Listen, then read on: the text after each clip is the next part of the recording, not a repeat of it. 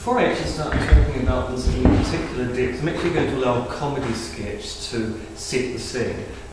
This is a very famous sketch from a bit of Fry and Laurie from the very first season, and actually this is the very first sketch of their show.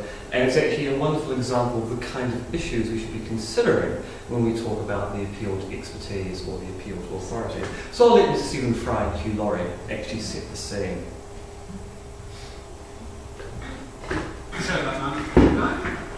Everything as it should be? I don't think there's anything to worry about that. Now, you say you've had a little difficulty breathing at night. Yes, that's right, yeah. Been bringing up any sputum? No, not really. The yellow and green in your phlegm? Blood? No. Bit of tightness in the chest? Yes, a little, yeah. Headaches? Well, apart from the children you mean.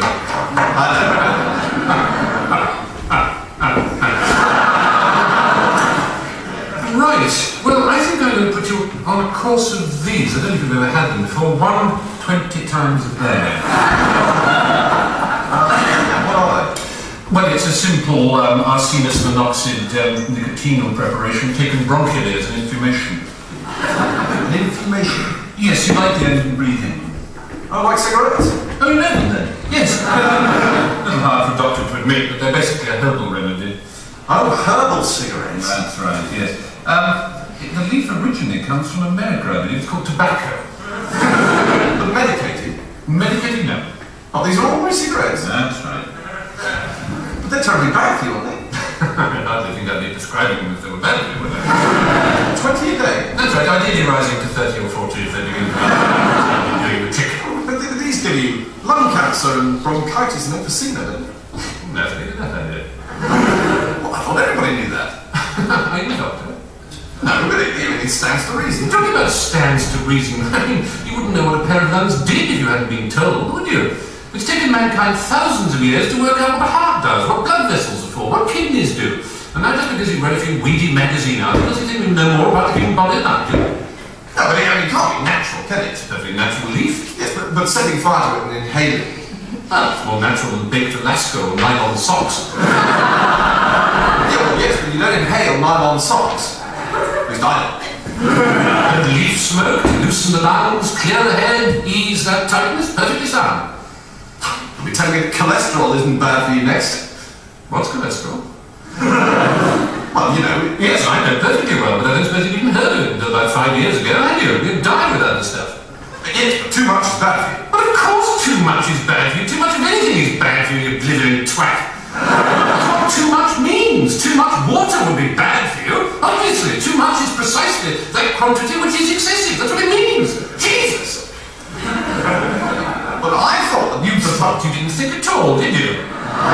Cigarettes are healing, harmless, and natural. Well, if you don't mind, I'd like a second opinion.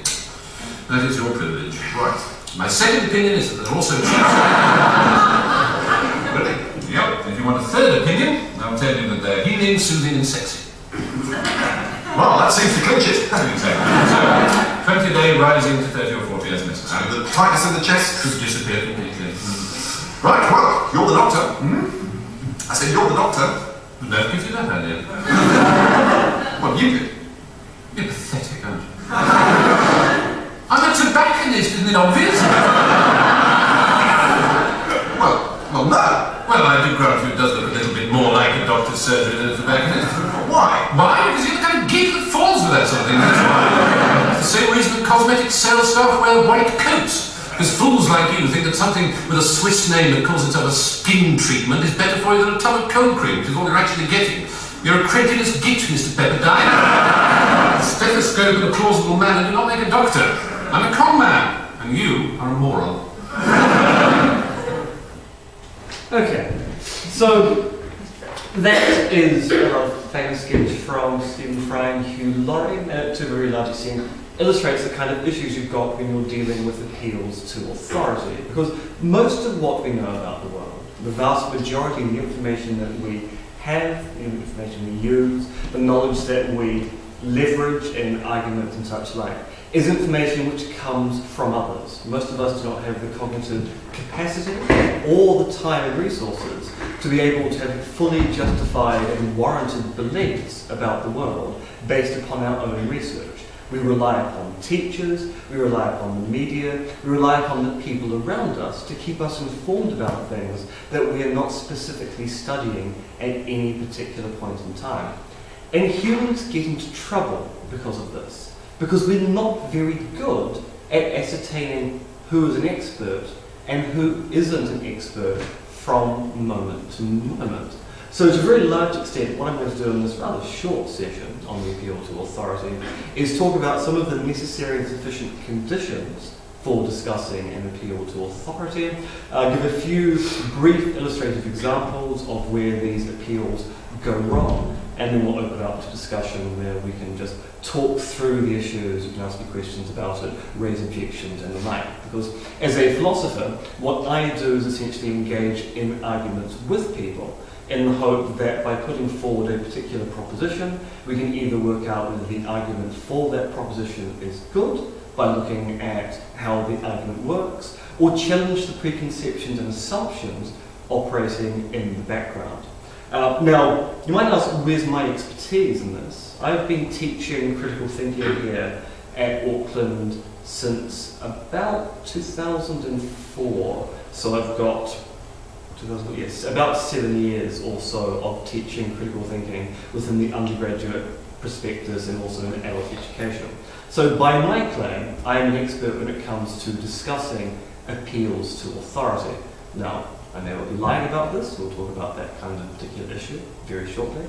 But before I do that, I want to talk a little bit about a related issue when we talk about appeals to expertise or authority, which is a kind of response people often have to, I don't like your expert, or my expert is better than yours, which is to engage in ad hominem argumentation or reasoning, when we start attacking people because of features of their character. So the ad hominem argument, let's bring it up on screen, is simply an argument against somebody's view or position, which proceeds by trying to discredit said person rather than engage with their actual argument. So one of the things which is a primary focus of critical thinking and reasoned argumentation as it's taught is that if someone has an argument for a particular position, no matter what their dodgy or exemplary qualifications are, you should always deal with the argument they've put forward rather than attack the person because their dress sense is bad or they went to the wrong university. And yet many people would actually much rather engage with aspects of the person's character and pull them down than actually deal with the argument they've put forward. So the ad hominem argument, by and large, is an attack upon character, which is then meant to somehow dismiss some claim that the person has put forward. And not all ad hominem arguments are actually going to be fallacious examples of bad arguments. There are legitimate uses where you can attack someone's character, say in a court of law, but the basic premise is if someone has an argument for their position, we should always analyse the argument, and we should actually pay no heed to who's giving it, unless you've got a particularly strong reason for thinking that that person is being dishonest in their representation. Just some quick examples of kind of ad hominems which are common. There's the abusive ad hominem, where you simply abuse some person. So, for example, Ruth didn't want the repeal of Section 59, but Ruth is hardly what we would call a good parent, and saying we should dismiss Ruth's argument, if she has one, about a particular legal change, because Ruth doesn't fit the definition of what someone takes to be a good parent. You're abusing Ruth's parenting skills, and thus actually ignoring the kind of argument she might have for or against a particular position. You can also call into question somebody's circumstances. So, for example, you might be an advocate of the decriminalisation of drugs within society, but then someone says, oh yes, but you belong to a particular organisation, and thus we can dismiss your views because you're simply speaking for the organisation and not putting forward your own argument. So sometimes you call into question someone's argumentation based upon the circumstances from where they're arguing, rather than actually analysing exactly what they've said. And then there's the great hypocrisy example of the ad hominem, which is you point out that someone isn't able to act upon their own argumentation. And this is actually quite disturbing in the medical literature, that there are an awful lot of doctors who are a pack-a-day smokers who are always telling their patients, you should give up smoking, whilst you can smell the nicotine on their breath. So going, well, if you really think that I shouldn't smoke, why haven't you given up? Now, of course, the doctor presumably has an argument as to why smoking is bad, but they're probably suffering from addiction, so it's very easy to talk the talk, but it is sometimes very hard to also walk the walk at the same time. That doesn't mean the argument is bad, it just means they either suffer from hypocrisy or they suffer from a particular addiction that makes it hard for them to carry out their particular view. This actually gets used in church history all the time for people to justify what the Borgias said versus what the Borgia popes actually did. So famously, the Borgia popes were quite happy to have orgies, sell sexual services, and murder people to their heart's content, whilst writing encyclicals claiming that murder, orgies and such like were in fact immoral actions to do. And some people who want to defend the Borgia papacy will go, oh yes, they were strong of spirit but weak of body. Which is why they had orgies and they murdered people, but they knew it was wrong and they had good arguments as to why. It was just hypocrisy writ large, and I mean really, really writ large when you look at the history of what the Borgias actually got up to in what is actually not St. Peter's Basilica. It wasn't built by that particular time, what they got up to in the Vatican. Now, not all ad hominems are actually bad. In a course of law, calling into question the features of a person's perceptual or cognitive ability is in fact actually quite common and is quite legitimate. If I say I saw Mrs. Prescott robbing the house on July the 15th, 2007, and the court prosecutor says, well, we need to check to see exactly whether you're a good witness in this particular regard. Is it true, Mr. Dentith, that you have no night vision whatsoever? Yes, it is true, Lord.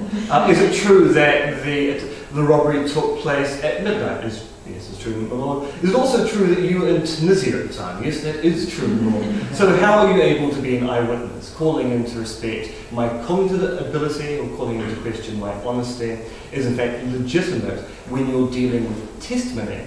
And that's because testimony is never an argument. It's simply asserting some proposition about the world.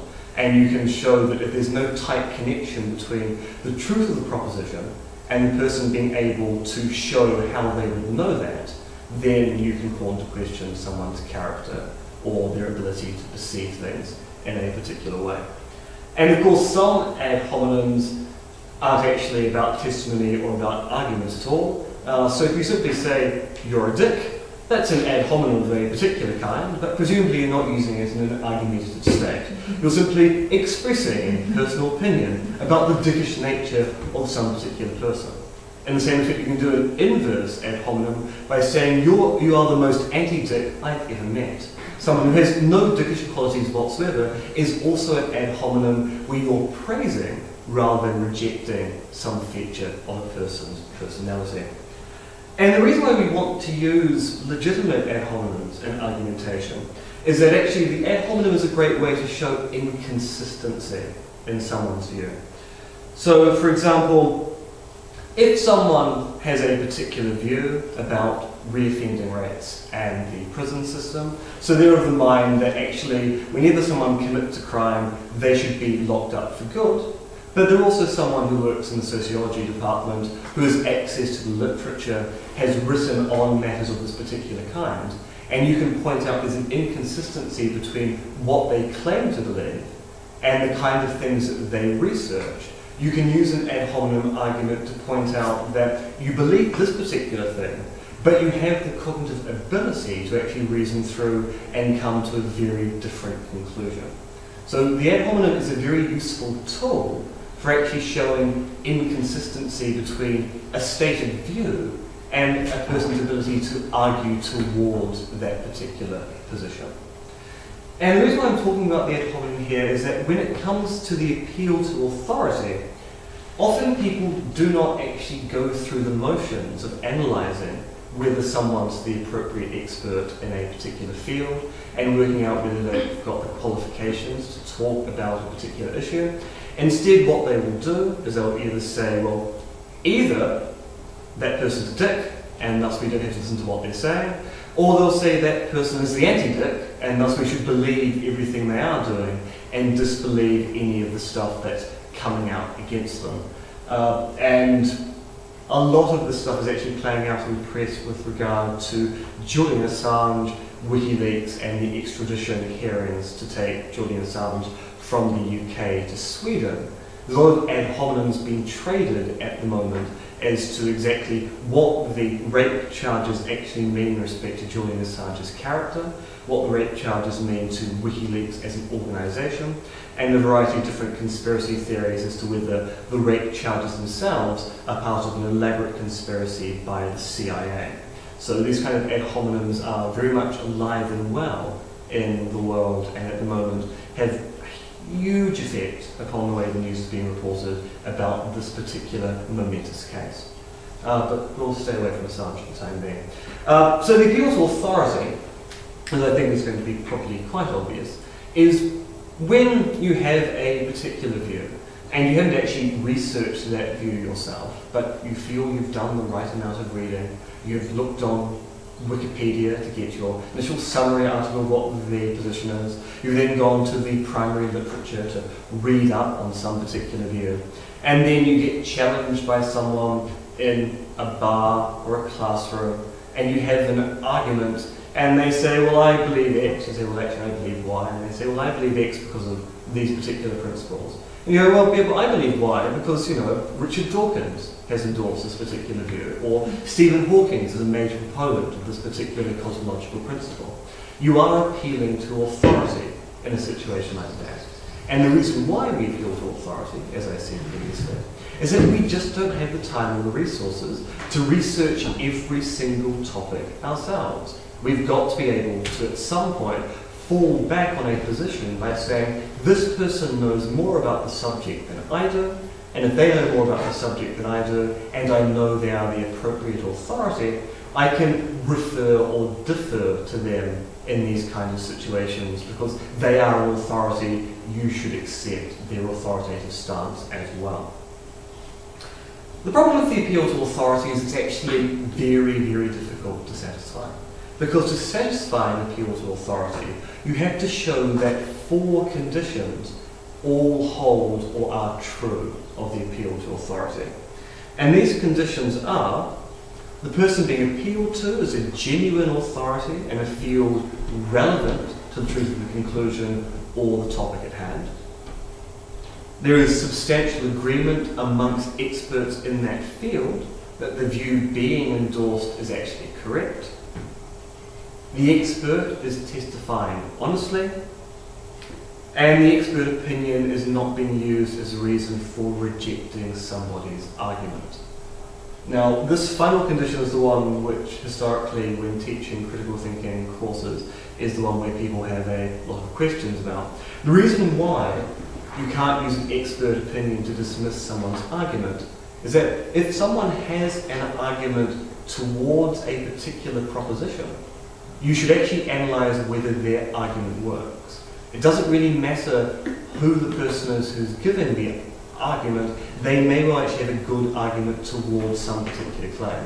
So you need to look at that argument and work out whether the argument actually is logically good. So the premises either entail the conclusion, or at the very least strongly suggest it, and the premises themselves are plausible, if not actually true.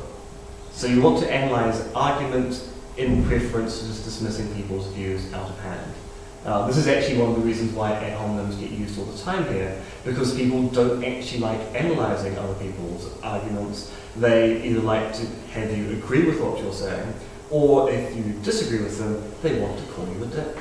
They don't want to go through and explain to you why you're wrong. They just want to dismiss your opinion out of hand. And as good critical thinkers, or rationalists, or people interested in doing science within society, we should be interested in analysing arguments rather than simply calling people sticks, even though that actually can be quite fun in its own particular respect. So if any of these conditions are not met, the appeal to authority is going to be bad. So there are 4 conditions. The person must be a genuine authority, they must be in agreement with their field of peers, they must be testifying honestly, and you're not using their opinion to dismiss someone's argument. And we can show lots of examples of where each of these 4 conditions could go wrong. So here's one which many people find to be controversial. So Dr. Richard Dawkins, evolutionary biologist and humanist, denies the existence of God. Therefore, we too should accept that God does not exist. Now, Richard Dawkins may be a great humanitarian. He may be an expert when it comes to evolutionary biology. Many people do think of him as the second coming of the theory of evolution by natural selection, but he is no theologian.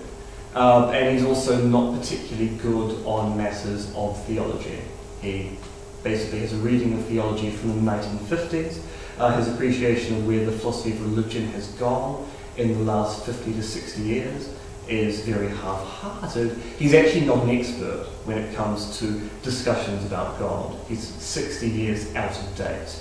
There are people who are much better atheist philosophers of religion who are doing work in this field, who are the actual experts, who are operating within the consensus of their peers.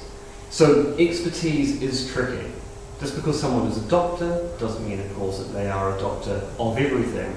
People's specialisation is quite narrow, and when you have narrow specialisation, what you are an expert on is restricted to the field that you're actually qualified to talk about.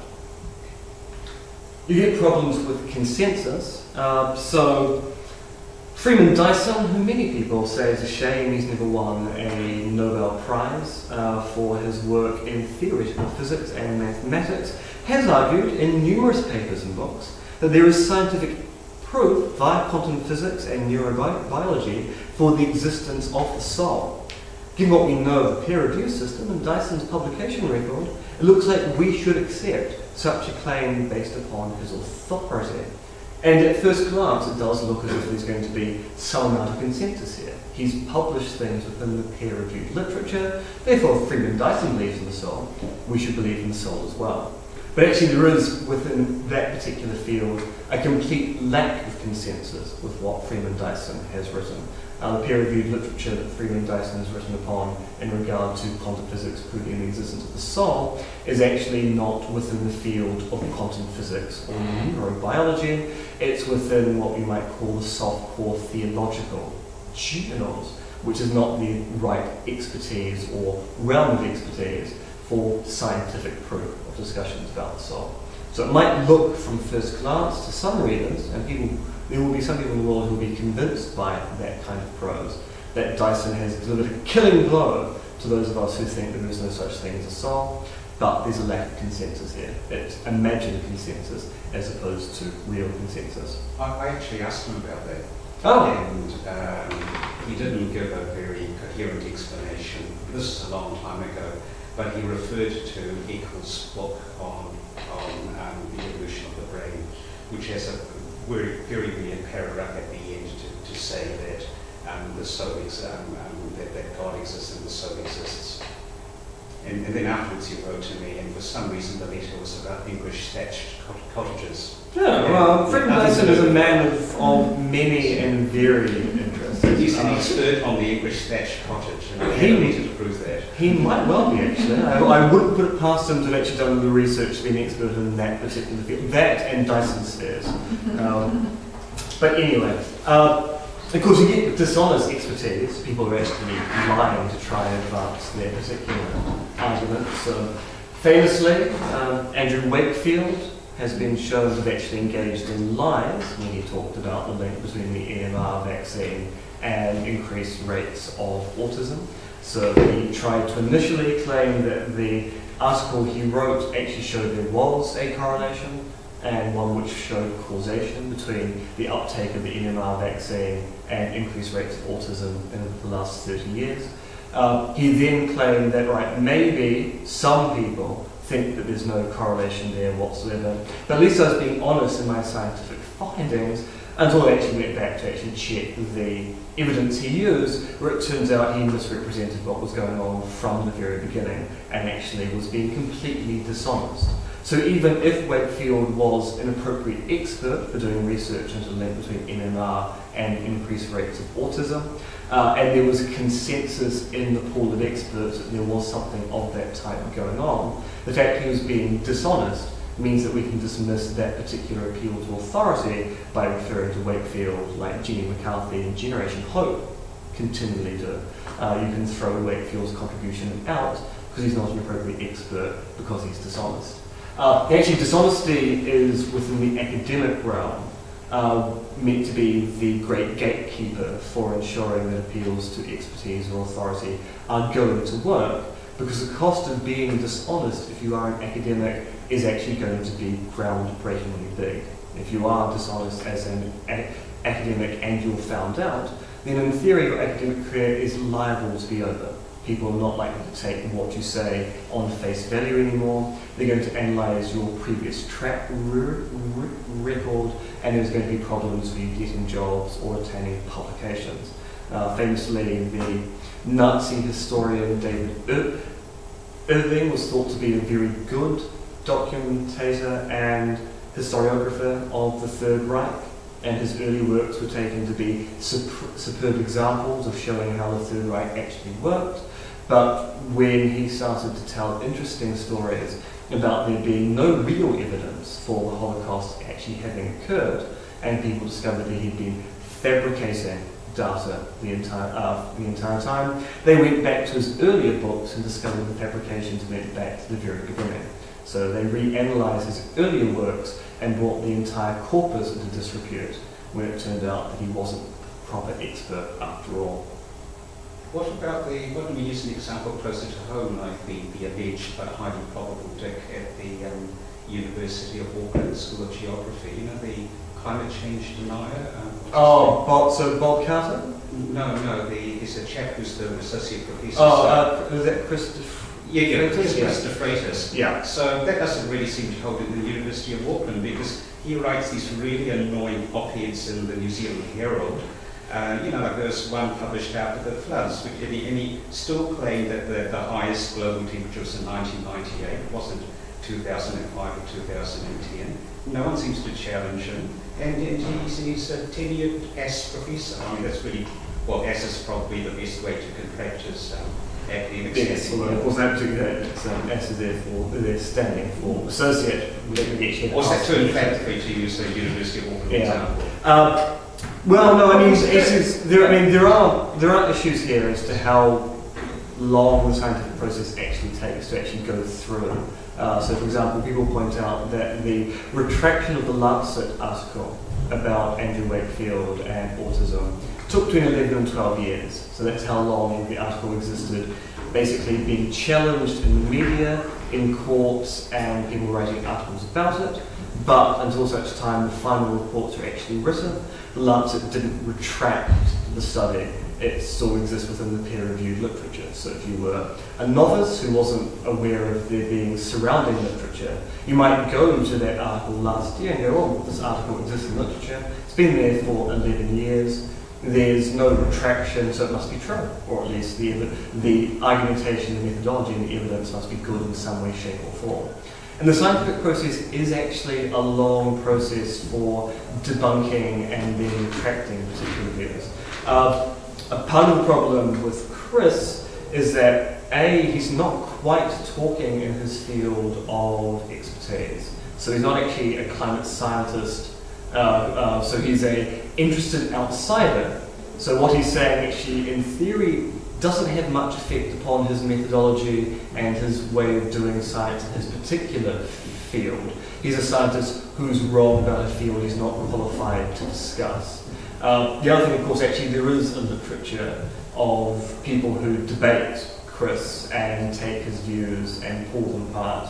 And also there is some discomfort within his own department about the way he continues to talk about particular views. It's just that doesn't get out to the media by and large, because due to the way that stories get sensationalized within the media, appeals to expertise are not properly finessed. I'll talk about that slightly more after this, because it is actually an important point whereby appeals to authority are abused by the media all the time, where two sides look as if they're equal when actually they're not.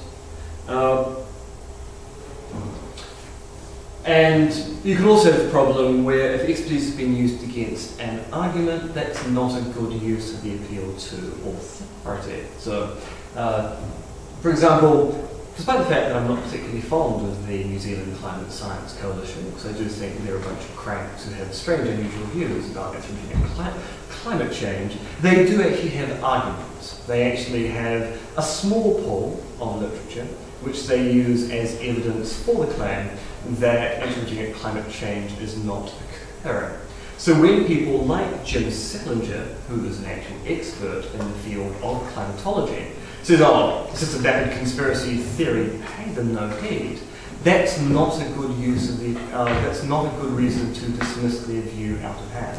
You actually do need to look at the arguments they've put forward, dissect them, work out what works or what doesn't work about these arguments, and then argue either their arguments are good, at which point you must change our view upon attributing climate change, or they're bad, and they're bad for the following reasons. So if someone offers an argument, you cannot use an expert to dismiss that argument out of hand. You must look at what they've actually argued for, because there is always going to be the possibility that the expert is wrong. So we know from our own experience of the development of science, at least within the Western academic tradition, that particular views that were endorsed by large numbers of experts have been thrown out. So for a very long period of time, we had the notion of phlogiston as the thing which was responsible for the combustion of matter. And of course, phlogiston is no longer part of our scientific curriculum. We have oxidization instead. So because of that, there was a view that 100 years ago was taken to be a really good groundbreaking view as to exactly what was going on with combustion, but now it's been completely wiped away. We have oxidization, and the particular theory is actually operating in the background. So it is possible that the current consensus is wrong. And the reason why the current consensus gets challenged is because some people work out an inconsistency. They advance an argument that shows inconsistency is important. And sometimes those people are not the current experts. They're going to be people who are going to be part of the next generation of experts. That's why we must always look at the argument people put forward.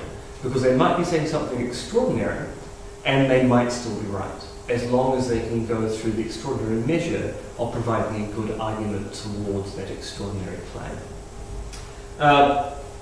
And just so that we know that there are legitimate appeals to authority, because sometimes this question of the appeal to authority makes things seem really, really hard, there are lots of legitimate examples. For example, my doctor, and every doctor I've ever been to, recommends that people should not take up smoking. And if they do smoke, they should quit. So one should not smoke. Now, that's a legitimate appeal to authority, because we would like to think, and as someone who teaches up at the med school, I'm going to insist upon this, that doctors are an appropriate authority in the field of human health. There is substantial agreement amongst experts in the field that smoking is dangerous for human beings, also for non-human beings as well.